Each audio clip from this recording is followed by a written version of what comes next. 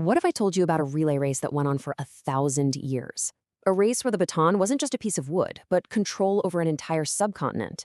Each runner, a massive empire, grabs that baton, sprints for a few centuries, and completely shapes the culture, science, and borders before passing it on to the next. Okay, let's dive into this epic relay of Indian empires. So, our story kicks off with a genuine marvel of ancient engineering. Just look at this iron pillar. It was put up in the 4th century, and for 1,600 years, it's faced scorching sun and monsoon rains, and it hasn't rusted. I mean, think about that. This thing is a testament to an era of just unbelievable achievement, and it's our way in, a silent monument to the very first runner in our great race, India's classical golden age. And that first leg of the relay belongs entirely to the Gupta Empire. For over 200 years, they didn't just rule. They oversaw this incredible explosion of culture and knowledge that would really define the subcontinent for centuries to come. You know, we throw the term golden age around a lot, but for the Guptas, it was the real deal.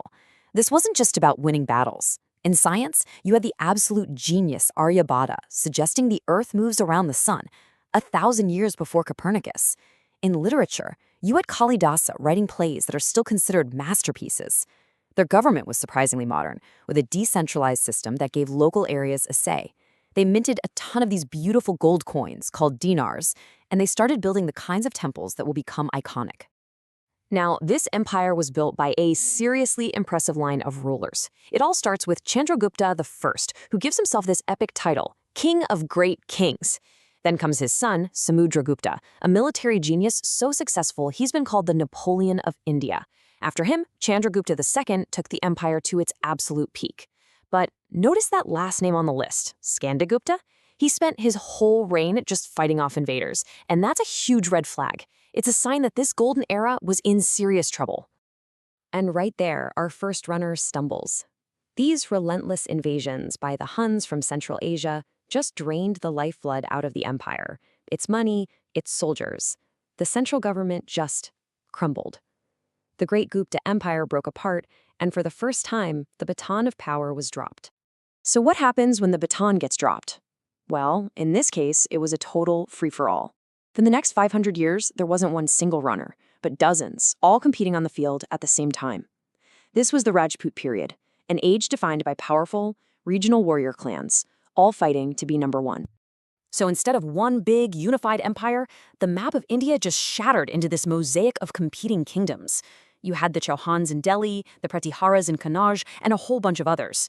Now, they built amazing forts and had this strong warrior culture, but all this constant infighting had a huge side effect. It meant no one single power could get strong enough to unite the subcontinent again. And this is the key takeaway, right? This persistent internal division created a massive power vacuum. The subcontinent was rich, sure, but it was also full of rivals. It was like leaving the front door wide open, just waiting for a new, highly organized force to walk right in from the northwest and decisively pick up that baton. And the runner that seized that opportunity was the Delhi Sultanate.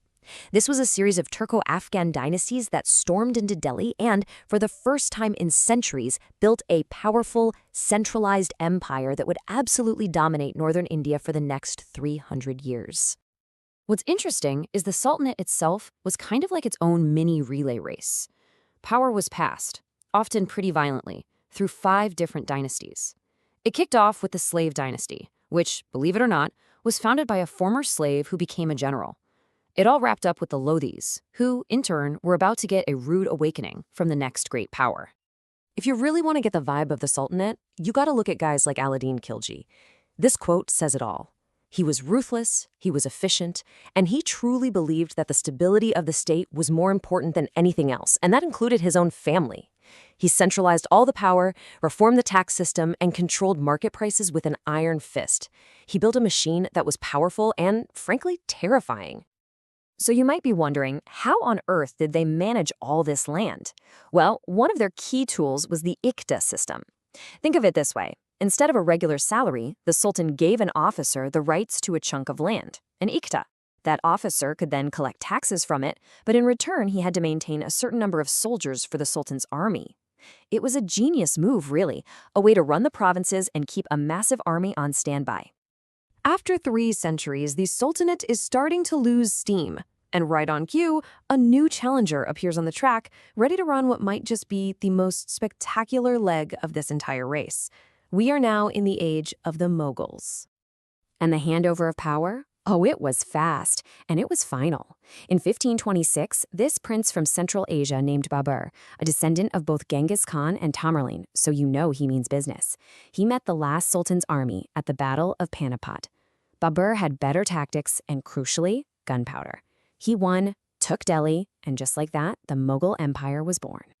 But here's the thing about the Mughals. They weren't just one thing.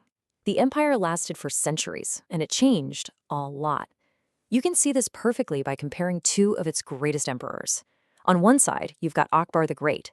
He pushed for religious tolerance, he got rid of the jizya tax on non-Muslims, and even tried to start a new blended faith. Then, a few generations later, you get his great-grandson Aurangzeb, who was the total opposite, a very strict Orthodox Muslim who brought that same tax back and enforced rigid Islamic law. It just shows you how much things could change within the same family. So what was the engine that powered this massive Mughal machine? It was something called the Mansabdari system, which was basically the Iqta system on steroids. Every single official in the empire, from top to bottom, was given a rank, or mansab. Your rank decided everything: your status, your paycheck, and, most importantly, how many armed horsemen you had to provide for the emperor's army. This super organized system was the steel frame holding this whole incredible thing together. But you know how the story goes, right? All great empires eventually come to an end. Our final runner starts to get tired, and that iron grip they had on the subcontinent begins to slip. And it wasn't just one thing that brought them down.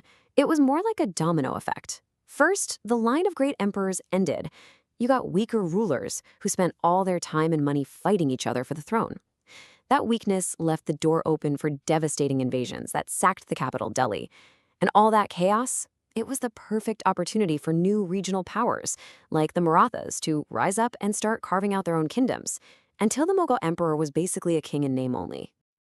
The race might be over, but the marks left by the runners, they're everywhere. Empires fall, rulers die, but the things they build, those can last. I mean, just look at the Taj Mahal. It's not just a beautiful building, right? It's a symbol. It's a permanent reminder of the wealth, the power, and the incredible artistic vision of this long imperial age. So, from Gupta science to Sultanate administration, all the way to Mughal architecture, this epic 1,000-year relay race really did forge the subcontinent we know today. The baton's in different hands now, of course, but the echoes of those great empires are still there, written across the land and in the culture. So I'll leave you with this. Which one of those legacies do you think echoes the loudest today?